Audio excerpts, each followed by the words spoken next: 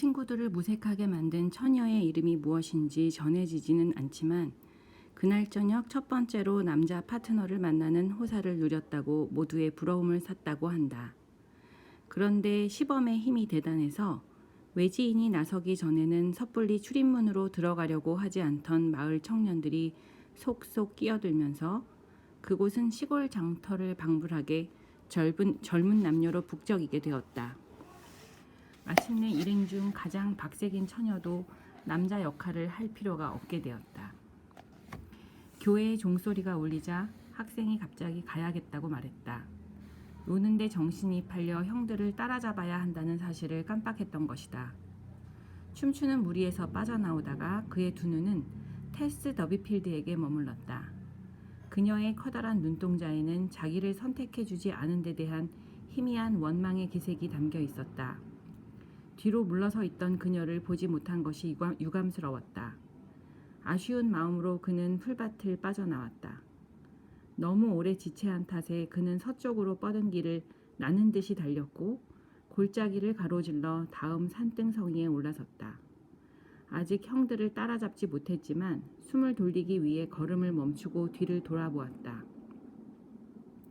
자기가 그곳에 있을 때와 마찬가지로 흰옷을 입은 처녀들이 풀밭을 빙빙 돌며 춤추는 것이 보였다. 그들은 이미 그를 완전히 잊은 것 같았다. 아마도 한 사람을 빼고는 모두 잊었다고 해도 되리라. 산울타리 옆에 하얀 형상이 따로 떨어져 서 있었다. 그녀의 위치로 미루어 그가 춤을 청하지 않았던 그 예쁜 처녀로 짐작됐다. 대수롭지 않은 일이었지만 그가 그녀를 빠뜨리고 못 보는 바람에 그녀가 마음을 다쳤으리라고 직감했다. 그녀에게 춤을 청할 걸, 이름이라도 물어봤으면 좋았을 걸 하는 생각이 들었다. 아주 얌전하면서도 표정이 풍부했고 또 얇은 흰옷을 입은 모습이 무척 사랑스러웠는데 바보짓을 했다는 생각이 들었다.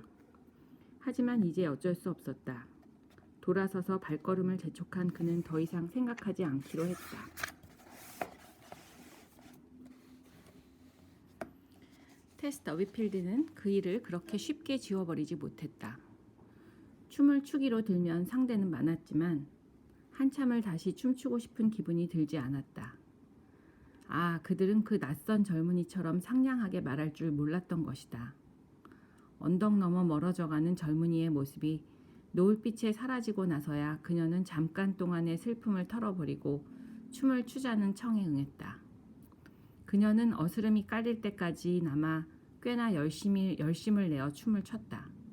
하지만 누구에게도 마음을 빼앗기지 않았기에 그저 박자에 맞춰 춤을 추는 재미만 들겼다. 구애를 받아 마음을 준 처녀들의 감미로운 고통이나 쓰라린 달콤함, 즐거운 아픔, 기분 좋은 걱정을 지켜볼 때 그녀는 자기가 그런 상황에 어떻게 행동할지 상상이 되지 않았다. 그녀와 지그를 추겠다고 남자들이 옥신각신하는 것도 재밌거리일 뿐 그 이상은 아니었다. 험악한 상황이 되면 그녀는 그들을 야단쳤다. 더 늦게까지 남아있을 수도 있었지만 아버지가 이상하게 군 것이 새삼 떠올라 불안해졌고 어떻게 됐나 궁금한 마음에 춤판을 빠져나와 마을 한쪽 끝에 있는 집으로 발길을 돌렸다. 집까지는 수십 미터가 남았지만 조금 전에 귓가에 울리던 것과는 다른 리듬 소리가 들려왔다. 익히 알고 있는, 너무 잘 알고 있는 소리였다. 요람을 돌바닥에서 세게 흔들 때 나는 쿵덕쿵 소리가 집안에서 규칙적으로 들려왔는데 한 여자가 여기에 장단을 맞춰 활기찬 춤곡풍으로 애창곡인 얼룩소를 부르고 있었다. 저기 저 푸른 숲속에 암소가 누워있는 걸 나 보았네. 어서 와요 내 사랑 어딘지 알려드리리. 요람 흔드는 소리와 노랫소리가 동시에 잠시 멈추더니 고음의 영탄이 멜로디를 대신했다. 금강석 같은 눈에 하느님의 축복을, 예쁜 뺨, 앵두 같은 입술, 아기 천사의 다리, 복덩이 우리 아기의 몸 요기조기에도 축복을, 이렇게 기원하고는 요람 흔들기와 노래가 다시 시작되었고 얼룩소의 노래가 이어졌다. 테스가 문을 열고 현관에 멈춰서서 집안을 살펴보았을 때의 정경이 그러했다. 노랫소리가 들려옴에도 집의 내부는 소녀의 마음에 이루 말할 수 없는 쓸쓸한 느낌을 불러일으켰다. 들판에서 벌이는 축제의 흥겨움, 흰옷과 꽃다발, 버드나무 가지, 풀밭에서의 윤무, 낯선 사람에게 문득 솟구친 정감으로부터 촛불 하나가 비추는 노란 슬픔의 정경까지의 거리는 얼마나 먼가. 대조의 충격에 덧붙여 밖에서 재미있게 노는 대신 집안일을 도우러 더 일찍 돌아올 걸 하는 가슴 시린 자책이 밀려왔다. 테스가 집을 나섰을 때와 다르지 않게 어머니는 아이들에 둘러싸여 빨래통 위에 몸을 숙인 채 서 있었다. 월요일에 해야 하는 일이었지만 언제나 그렇듯 지금도 주말까지 일이 밀려 있었다. 바로 어제 그 빨래통에서 자기가 입고 있는 흰옷이 나왔다. 그 생각에 테스는 심한 가책을 느꼈다. 어머니가 손수 빨아서 다려준 옷인데 조심하지 않고 축축한 풀밭에서 놀다 온 탓에 치맛자락에 풀물이 들었던 것이다. 여느 때와 마찬가지로 더비필드 댁은 빨래통 옆에서 한 발로 균형을 잡고 다른 발로는 앞에서 말한 대로 막내의 요람을 흔들고 있었다. 요람의 흔들 받침대는 돌바닥에서 수많은 아이들의 하중을 견디며 오랫동안 힘껏 임무를 수행하느라 거의 납작해져 버렸다. 그 때문에 온종일 끓어오르는 비누 거품에 시달렸으면서도 자기 노래의 도취에 있는 힘을 다해 흔들 받침대를 밟을 때면 아기가 배틀의 북처럼 심하게 요동하곤 했다. 덜컹덜컹 소리를 내며 요람이 흔들렸고 촛불은 저 혼자 높이 타오르며 아래 위로 너울거렸다. 팔꿈치에서 물방울이 흘러내리고 노래가 마지막 소절로 달려갈 즈음 더비필드 댁이 딸을 물끄러미 바라보았다. 어린 자식들한테 시달리는 지금도 조앤 더비필드는 노래를 무척이나 좋아했다. 바깥 세상에서 블랙모어 골짜기로 흘러들어오는 노랫가락 중 테스의 어머니가 일주일 안에 익히지 못하는 것은 없었다. 그녀의 얼굴에는 아직 젊은 시절의 건강함과 미모까지도 희미하게나마 빛을 발하고 있었다. 테스가 내세울 만한 개인적인 매력은 주로 어머니에게서 물려받은 터라 기사나 역사와는 무관할 가능성이 높다고 본다. 엄마, 요람은 내가 흔들게, 딸이 차분하게 말했다. 아님 옷 갈아입고 빨래를 짤까? 난 아까 전에 다 마쳤거니 했제. 테스의 어머니는 딸이 오랫동안 자기 혼자 집안일을 하게 내버려둔 것을 조금도 원망하지 않았다. 사실 조에는 그런 일로 딸을 야단치는 일이 거의 없었다. 딸의 도움이 아쉽다고 생각한 적도 별로 없었고 일거리를 덜고 싶을 때는 천성적으로 뒤로 미루는 경향이 있었다. 그런데 오늘 밤은 여느 때보다 훨씬 유쾌해 보였다. 꿈을 꾸는 듯, 뭔가에 정신이 팔린 듯 의기양양한 어머니의 표정에는 딸로서는 이해하기 힘든 무엇이 있었다. 맞춤하게 잘 들어왔어야. 그녀의 어머니는 노래를 끝내자마자 말했다. 가서 네 아버지 데리고 와야겠다. 그리고 무슨 일이 있었는지 너한테 말도 해주고. 니도 알면 어깨가 으쓱할겨. 더비필드 댁은 평소에 사투리를 썼지만 런던에서 교육받은 여선생한테 초등학교 6년 과정을 마친 딸은 두 가지 말을 다 썼다. 집에서는 대체로 사투리를 썼고 밖에서 신분이 높은 사람들에게는 표준어를 썼다. 나 없는 새 무슨 일이 있었어? 테스가 물었다. 그래야. 아버지가 오늘 오후 마차를 타고 광대짓 한 거랑 상관 있는겨? 왜 그러셨대? 창피해서 쥐근육이라도 있으면 들어가고 싶었다니께? 그게 이 난리법석하고 상관이 있다마다. 우리가 이 고장에서 제일 가는 양반이라는구나? 올리버 크럼블 때보다도 더 옛날 옛적 야만적 이교도 때로 거슬러 올라간디야. 비석에 가족 묘지에 문장에 방패에 없는 게 없는 모양이여. 성 찰스 시대에는 왕실 오크 기사 자기를 받았는디 우리 진짜 성은 더버빌이랴. 이 얘기를 들으니께 가슴이 벌렁거리제. 그려서 네 아버지가 마차를 타고 집에 오신겨. 술에 취해서 그런 거라고들 하지만 아니여. 좋은 소식이네. 우리한테 도움이 될까 엄마? 그럼 근사한 일이 벌어질 거라고들 혀. 이게 알려지면 우리 같은 신분의 귀족들이 떼를 지어 몰려올 거다. 네 아버지가 셰스턴에서 집에 오는 길에 그 이야기를 듣고 나한테 족보를 쭉 읊더라. 아버지는 지금 어디 계신디요? 테스가 불쑥 물었다. 그녀의 어머니는 대답을 대신해 아무 관계없는 정보를 제공했다. 아버지는 오늘 셰스턴에 진찰받으러 간겨. 폐병은 절대로 아니라는 것 같더라. 의사 선생님 얘기가 심장 주위에 지방이 낀 거랴. 그러니까 이렇게 말이여.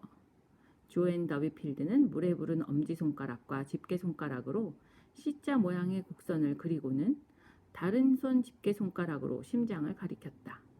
지금은 의사 선생님이 네 아버지한테 이렇게 말한 모양이여. 심장이 여기도 막혀 있고 저기도 막혀 있어. 이곳만 아직 뚫려 있는 거지. 이것이 이렇게 만나게 되면 더비필드 떼기 손가락으로 원을 완성했다. 연기처럼 사라지는 거요, 더비필드 씨. 10년을 살 수도 있지만 10달 후에 세상을 뜰 수도 있소. 아님 열흘 후가 될 수도 있고. 테스는 놀란 표정이었다. 갑자기 신분이 높아졌음에도 구름 너머로 영원히 가버릴 수 있다는 것 아닌가. 그런데 아버지는 어디 계세요? 그녀가 다시 물었다. 어머니는 짐짓 나무라는 표정을 지었다. 골부터 부릴 일이 아니여. 가엾은 양반.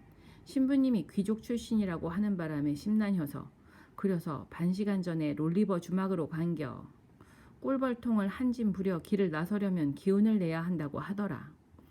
가문이 생겼건 어쨌건 꿀벌통을 내일까지 배달해야 하니께. 원체 갈 길이 멀어서 오늘 밤 자정이 지나면 바로 떠나야 할 텐디. 기운을 내야 한다고? 눈물이 솟구친 테스가 불끈 화를 냈다. 하느님 맙소사. 기운을 내려고 술 마시러 가? 엄마도 장단을 맞춘 거지? 응. 그녀의 비난과 짜증이 온 방을 채우면서 가구와 촛불, 놀고 있는 아이들과 어머니의 얼굴까지 흠칫 움츠러들었다. 아니요. 기분이 상한 어머니가 말했다. 장단을 맞추긴 누가? 네가 오길 기다렸지. 집을 보라고 하고 가서 네 아버지 데리고 올 참이여. 내가 갈게. 안 돼, 테스. 너는 가봐야 소용없다니께. 그걸 몰라서 그려? 테스는 우기지 않았다.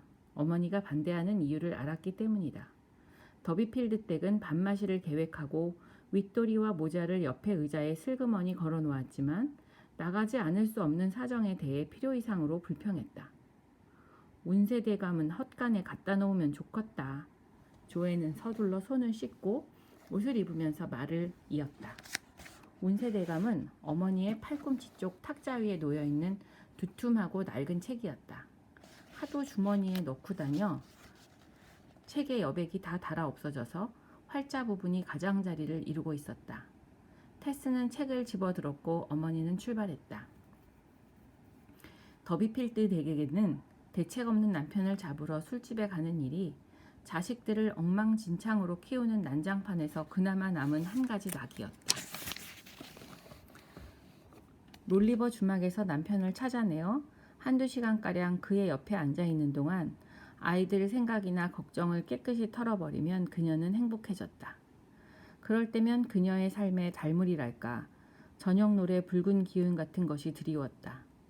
걱정거리나 현실적인 문제들은 형체가 없는 추상이 되면서 차분한 명상의 대상인 정신적 현상으로 가라앉아 더 이상 몸과 마음을 괴롭히는 절박한 현실이 아닌 것이 되었다.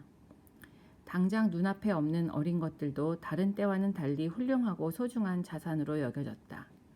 그곳에서는 일상만사에도 그나름의 재미와 즐거움이 없지 않다는 생각이 들었다. 연애할 때 앉아있던 바로 그 자리에서 이제는 남편이 된 사람 옆에 앉아 그의 성격적 결함은 눈감아주고 다만 연인으로 이상화된 모습을 바라보고 있노라면 옛날의 느낌이 약간은 살아났던 것이다.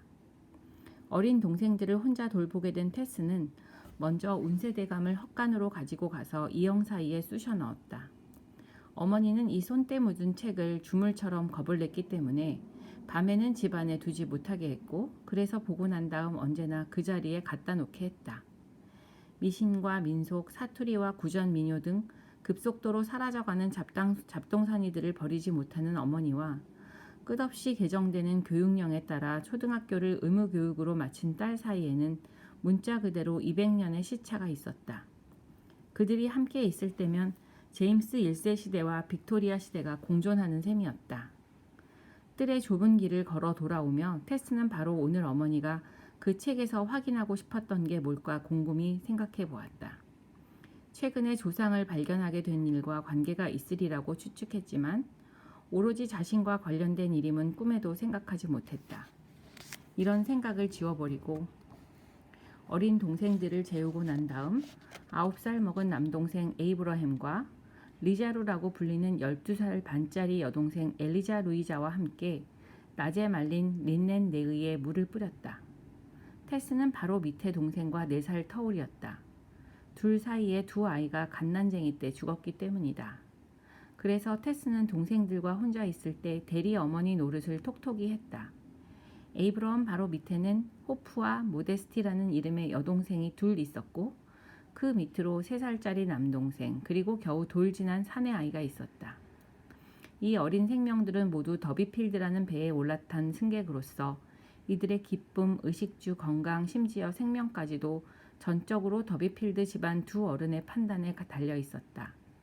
더비필드가의 우두머리들이 고난과 재앙, 기아, 질병, 몰락, 죽음 쪽으로 배를 몰고 간다면 가판 아래의 6 꼬마 포로들도 그들과 함께 항해할 수밖에 없었다. 이 6명의 의지가지 없는 피조물들은 어떤 조건에서 태어나고 싶은지, 더 나아가 변변찮은 더비필드 지방 같은 어려운 조건에서 태어나고 싶은지 질문을 받은 적도 없었다. 그의 시가 쾌활하고 진솔하듯 그의 철학도 심오하고 믿음직스럽다고 인정받은 저 시인이 무슨 근거에서 자연의 성스러운 계획 운운했는지 알고 싶은 사람도 있을 것이다. 밤은 깊어가는데 아버지도 어머니도 돌아오지 않았다. 테스는 문 밖을 내다보며 말론 마을을 머릿속으로 더듬어갔다. 마을은 잠들고 있었다. 촛불과 등불이 여기저기서 하나씩 꺼졌다. 테스는 소등기로 불을 끄는 손을 그려볼 수 있었다. 어머니가 술집에 아버지를 데리고 간 것은 결국 한 사람이 더 가야 한다는 뜻이었다. 테스는 새벽 1시 전에 길을 떠나야 할 건강이 썩 좋지도 않은 사람이 이 늦은 시간까지 뼈대 있는 집안 자랑을 하느라고 술집에 머물러서는 안 된다고 생각했다. 에이브러햄, 그녀는 남동생을 불렀다. 모자 쓰고 무섭지 않지? 롤리번에 가서 아빠랑 엄마가 어찌고 계신지 좀 알아봐야. 소녀는 자리에서 벌떡 일어나 문을 열었고 어둠이 그를 삼켰다. 다시 반 시간이 흘렀다. 하지만 아버지도 어머니도 동생도 돌아오지 않았다. 에이브러햄도 부모와 마찬가지로 술집이라는 끈끈이 덫에 잡힌 모양이었다. 내가 직접 가봐야겠네, 테스가 말했다. 리자루도 잠자리에 들라고 한 다음 테스는 밖에서 문을 걸고 빨리 걷기 힘든 어둡고 꼬불꼬불한 골목길을 걸어오르기 시작했다. 이 길은 땅 한 뼘에도 값을 매기기 전 바늘 1개 달린 시계로도 하루의 시간을 재는데 충분했던 시절에 생긴 것이었다. 인가가 점점이 흩어져 있는 이 길쭉한 마을의 한쪽 끝에 유일한 술집인 롤리버 주막이 있었는데 실외 주류 판매 허가만 받은 술집이었다.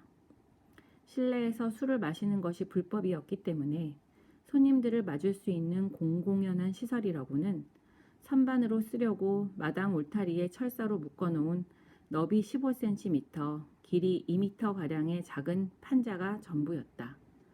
목마른 나그네들은 길가에 서서 술을 마시면서 이 판자 위에 술잔을 내려놓거나 먼지투성이 땅바닥에 찌꺼기를 뿌려 폴리네시아 지도를 그리면서 실내에 쉴만한 자리가 있었으면 하는 생각을 하곤 했다.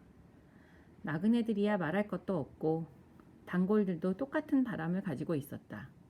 그리고 뜻이 있는 곳에 길이 있는 법이다. 2층에 있는 커다란 침실에는 안주인인 롤리버 댁이 최근에 용도 폐기한 큼직한 모직천으로 두껍게 커튼을 쳐놓은 창문이 있었는데 오늘 저녁에는 12명의 지복을 찾아 이곳에 모였다. 모두 말론 마을 이쪽 끝에 오래 살아온 주민들이었고 이 으슥한 장소의 단골들이었다.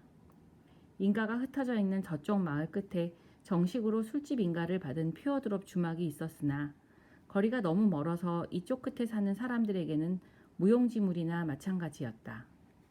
더 중요한 문제는 술 맛인데 다락방 한 귀퉁이에서 롤리버와 마시는 것이 널찍한 술집에서 그 집 주인하고 마시는 것보다 더 좋다는 것이 세간의 평이었다.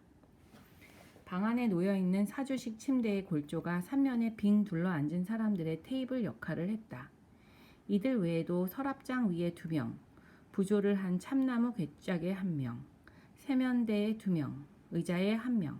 이렇게 아무튼 모두 편안히 자리를 잡았다.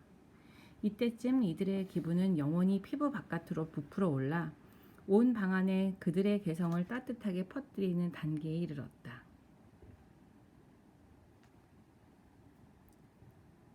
그 사이 방과 가구들은 점점 품위를 띠며 고급스러워 보였다. 창문을 가린 천은 융단처럼 화려한 색조를 띠었고